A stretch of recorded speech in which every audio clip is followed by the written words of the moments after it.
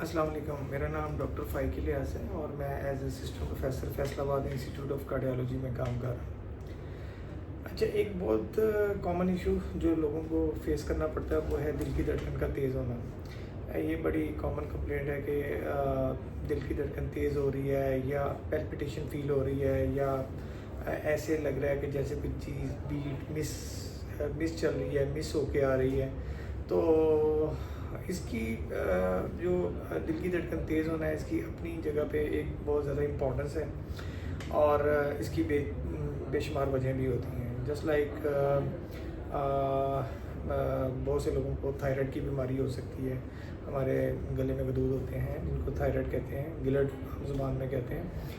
वो किसी पेशेंट्स में अगर वो काम ज़्यादा कर रहे हों तो उनमें भी दिल की धड़कन तेज़ हो सकती है। इसके अलावा और भी वजह होती हैं, जैसे कोई दिल के वैल्व का प्रॉब्लम हो सकता है, दिल का वैल्व तंग हो सकता है, दिल का वैल्व लीक कर रहा हो सकता है, या दिल की पट्टों की बीमारी हो सकती है। इसके अलावा एंग्जाइटी है, स्ट्रेस है, और भी मल्टीपल वजह हैं। लेकिन इसमें जो मोस्ट इम्पॉर्टेंट चीज़ ये है कि अगर आपने इसको एवेलुएट ज़रूर करवाना है, इसको भी लाइट नहीं लेना।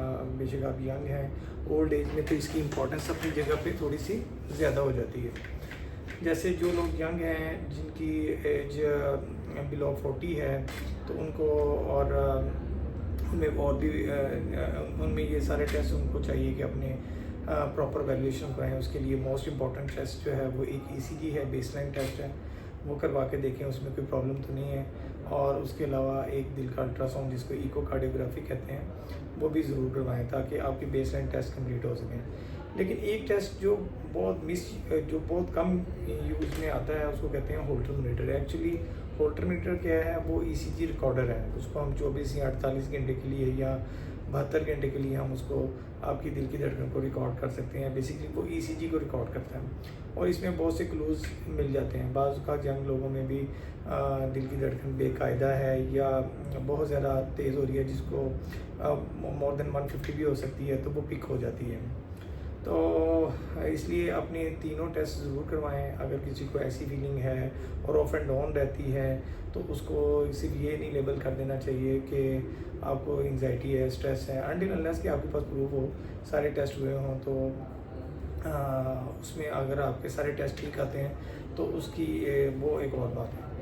तो ओल्ड एज में ख़ास तौर पर जो लोग जिनकी एज मोर देन 50-55 प्लस है, उनमें लाजमी होल्टर मीटर का टेस्ट करना चाहिए, क्योंकि और उनको अगर ऐसी फीलिंग, जैसे कोई बुज़ुर्ग हैं, उनमें अगर ऐसी फीलिंग आ रही है जैसे दिल की धड़कन तेज़ हो रही है, या उनको ऐसी फीलिंग है जैसे कि कोई दिल रुक के चल रहा है या बजता है, या ऐसी ऑड फीलिंग मौजूद है, तो उनका होल्टर मीटर टेस्ट ज़रूर करना चाहिए।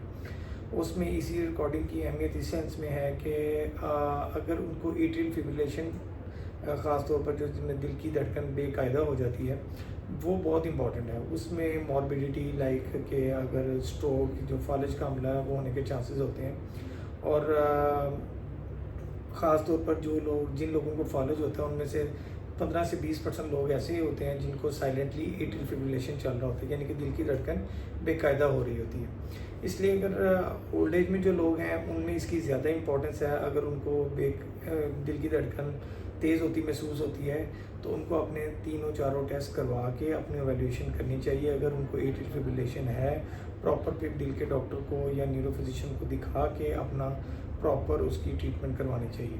क्योंकि अगर एट्रियल फिब्रिलेशन साइलेंटली भी चलती रहेगी, जो दिल की धड़कन बेकायदा है, अगर सपोज वो कुछ लम्हे के लिए आती है, कुछ लम्हे के लिए चले जाती है, और सपोज सोए हुए पेशेंट को फील होता है, या सोए हुए पेशेंट को अगर दिल की धड़कन ऐसी होती है तो उसमें फालिज होने के चांसेस बहुत ज़्यादा हो जाते हैं। तो इसलिए अगर जिनकी एज 50 प्लस है, अगर उनको ये धड़कन बेकायदा या धड़कन तेज़ भी महसूस होती है, क्योंकि वो बेकायदा या बाकायदा आम पेशेंट को तो नहीं पता चल सकता, उसके लिए ऑब्वियसली आपको एक ECG का टेस्ट करवा के क्लियर करना पड़ेगा।